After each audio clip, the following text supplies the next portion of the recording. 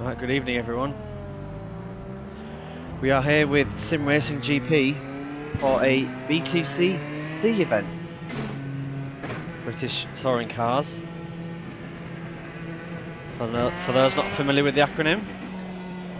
We are here at a circuit I've never been to before in Thailand. I think it's called Buriram. We'll get to see, let's just let this guy pass, we're in qualifying. And I've been messing around with Streamlabs. So I do need to get a lap in. It's just starting at the back. So let me get my head down a little bit.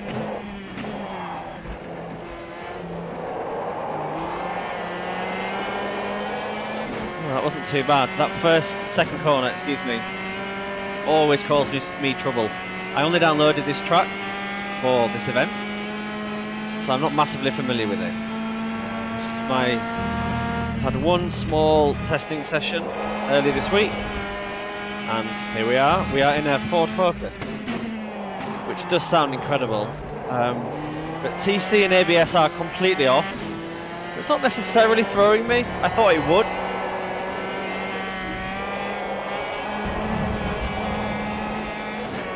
There we are, Buriram. I'm sure I'm saying it wrong. But, back to the handling. It's these pedals.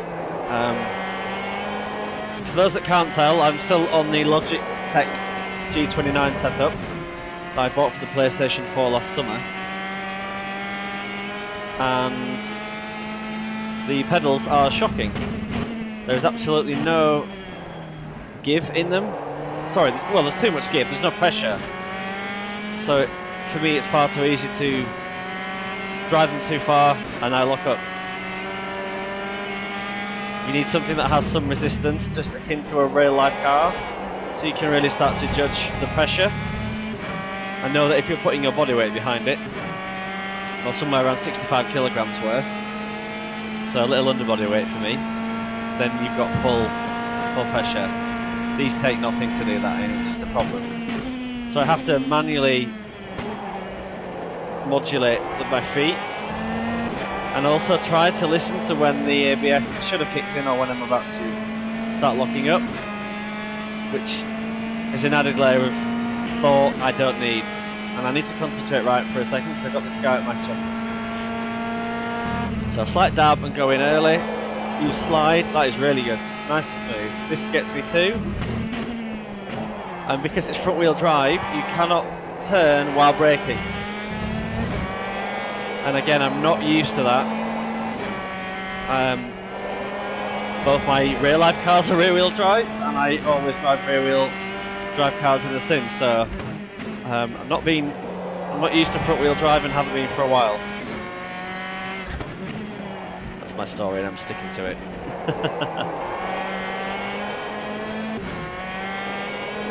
But we need to get one lap on the board so we don't start at the back. Although it's not going to be much further forward. I've seen the times in practice. They're very good.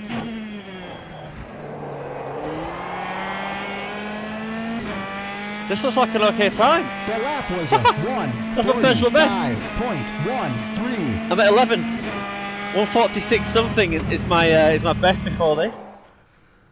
And here we're about to take over the commentary, because this was an absolute shocker. We lined up and the start was on turn 3, as you can see from the commentary from race control in the bottom left.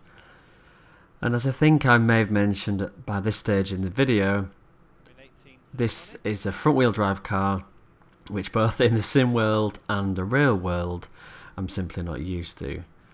And the TC is off, the ABS is off. So it was a very interesting race. It was also on a track that I had no experience on before, a Thai track. These are my excuses. And it was great fun, and I'd put myself, I think, in the lowest split that I could. I had a single session 4 days before of practice, and then we went straight in on the evening. So this video is going to go quite quickly through and there are sped up sections of just when things don't go your way. And it was something that I wanted to put up on the channel because I love sim racing. There's a very good chance you do. We all like to spend as much time racing or driving fast cars on circuits in the real world when we can, and it's a great source of fun. However, it's never nice when something you enjoy turns into a massive source of stress or something else, and I felt horrible after this race had finished. And I'll try and find the footage, or at least link it below, but somebody was providing a live commentary on Twitch, which I found in the Discord server afterwards, and my claim to fame towards the end of the race was being called out as somebody that had just completely gone off the track. Now, I don't remember going off the track, so maybe slightly taking a bad line or slightly abusing track limits because I chose the wrong tyres, which I did, was something that was as big enough a mistake to attract that sort of attention. But nonetheless, as I mentioned, it did start off well.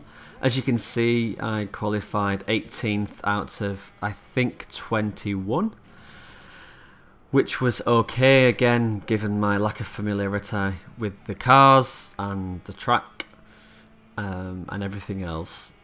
So it did start fun, but I just wanted to try to make the point, really, that as much as I'm doing this to have fun, I'm doing this to learn. My whole journey with sim racing started, oh god, nearly 2 years ago now, when a friend of mine, Lloyd, the chap that I went to Donington with, there's a video on the channel there as well, invited me for a track day. And I've done the odd experience day, 3 laps in a F360 around Donington, and I've driven an Aston Martin, passenger laps in an array of cars, etc, etc. But I've never really had more than a few laps, and I've never really had anything to do with any coaching, which I've been fortunate enough to have across the last 18 months. But going into our second track day that we did, I wanted to get some experience, so I ran out to Argos and bought the Logitech G29 that you can see there, and hooked it up to a table, found Assetto Corsa on PS4 on Amazon Prime, and tried to get some practice in, and everything went from there very quickly. I really enjoyed sim racing. My rig that I currently have is the 4th iteration, and that was a downhill slope. It went downhill very quickly. Now, the point I'm making here, and the reason I've zoomed in, is that my Delta to 17th G Mazak just started to go up and up and up. I think this coincided very well with my tyres completely falling off, and that just made corners that I previously found quite difficult more and more difficult, and now impossible. So we're zooming on here to try and see this. You do know what you don't want to hear me and my expletives and my disappointing commentary at the moment. That's no good for anybody. But we're going to whiz through here. There we go. That's me laughing because it completely fluffed that corner.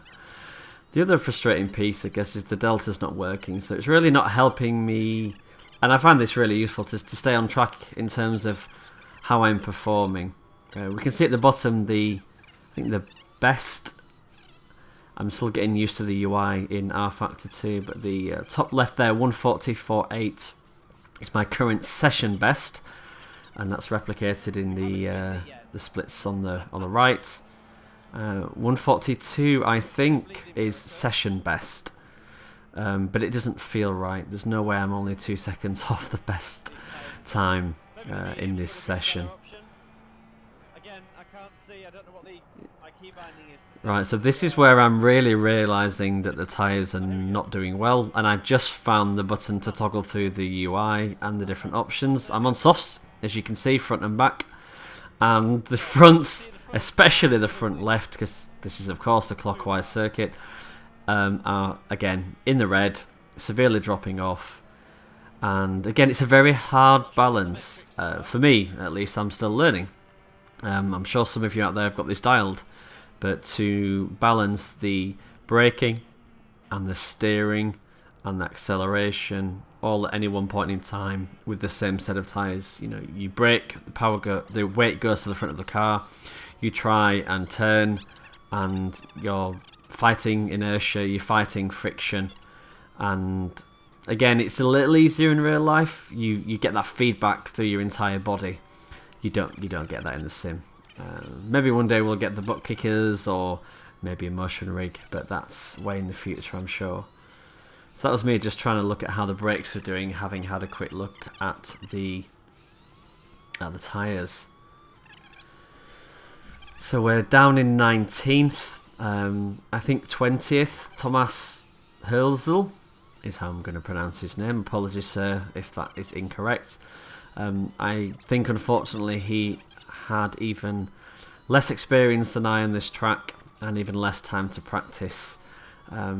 So, bar him, I'm well and truly propping everyone up. And it got to the stage where I was watching the real-time positioning on the moving bar at the bottom and expecting potentially at some point the race leader to catch up with me.